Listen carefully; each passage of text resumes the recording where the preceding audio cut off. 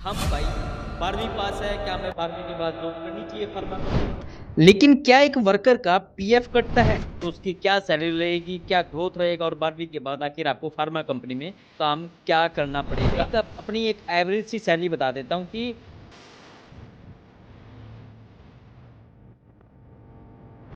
राम राम भाई सारा नायक, क्या आपको 12वीं करने के बाद फार्मा कंपनी ज्वाइन करनी चाहिए? क्योंकि काफी सारे दिनों से ये क्वेश्चन काफी टॉप में बना हुआ था कि हम भाई 12वीं पास है, क्या हमें 12वीं के बाद जॉब करनी चाहिए फार्मा कंपनी? 12वीं के बाद सैलरी कितनी है, 12वीं के बाद ग्रोथ कितनी है और 12वीं के बाद अगर हम फार्मा कंपनी में जाते हैं तो हमें क्या काम करना पड़ता है?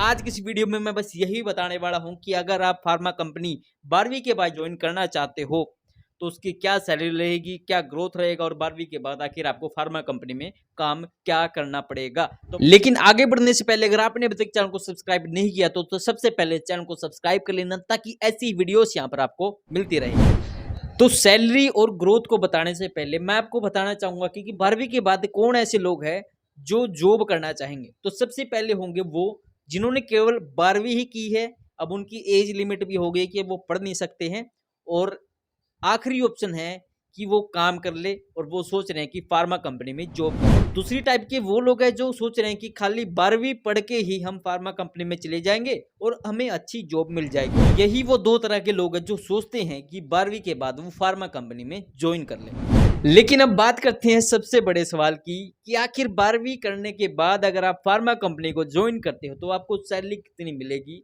तो भाई सबसे पहले बता दूं कि 12वीं करने के बाद आपको काम क्या करना पड़ेगा। तो मैं आपको बताना चाहूंगा कि अगर आप 12वीं करने के बाद फार्मा कंपनी को ज्वाइन करते हो तो आपको वर्करों वाली ही नौकरी मिलेगी। ये मत सोचना कि सुपरवाइजर वाली नौकरी मिलेगी। लेकिन सबसे बड़ी बात, आखिर एज अ वर्कर आपको फार्मा कंपनी में क्या काम करना पड़ता है? सबसे पहले हो गया आप रॉ मटेरियल को एक जगह से दूसरी जगह पर ले जाना, पैकिंग मटेरियल को भी एक जगह से दूसरी जगह पर ले जाना, और जो फिनिश प्रोडक्ट बन गया है यानी कि फाइनल जो प्रोडक्ट हुआ है उसको गाड़ी में लोड करना ही एक फार्मा वर्कर का काम होता है। अब ये मत सोचना कि मैं किसी भी काम की बुराई कर रहा हूँ, किसी भी काम को छोटा या बड़ा कह रहा हूँ। मैं बस कैटेगराइज कर रहा हूँ कि आखिर एक फार्मा वर्कर का क्या काम है। और अब हमारी वीडियो के सबसे बड़े टॉपिक वो कि आखिर 12वीं के बाद एक फार्मा वर्कर की क्या सैलरी रहती है। तो मैं अपनी एक एवरेज सी सैलरी बता देता हूँ कि 10 से 15 हजार के बीच में फार्मा वर्कर की सैलरी रहती है। अगर आप 12वीं करने के बाद फार्मा कंपनी में जाते हो तो 10 से 15 हजार के बीच में आपको सैलरी मिल जाती है। अब काफी सारे लोग पूछेंगे कि क्या इसमें हमारा पीएफ भी कटेगा, क्या कंपनी हमको रूम भी देगी, क्या कंपनी हमको अदर अलाउंस भी देगी? तो भाई तो भाई सारी कंपनियों की ना अपनी अपनी अलग अलग पॉलिसी होती है। कुछ कंपनीज होती हैं जो खाने का भी देती हैं, जो अदर अलाउंस भी देती है, लेकिन मोस्ट ऑफ द कंपनीज भाई आपको कुछ भी नहीं देती है। 10 से 15 हजार के बीच में फिक्स आपकी सैलरी रहती है और सब कुछ आपका ही होता है। रूम भी आपका, खाना भी आपका, सब कुछ आपका होता है। लेकिन क्या एक वर्कर का पीएफ कटता है, क्या एक वर्कर का प्रोविडेंट फंड कटता भी है या नहीं?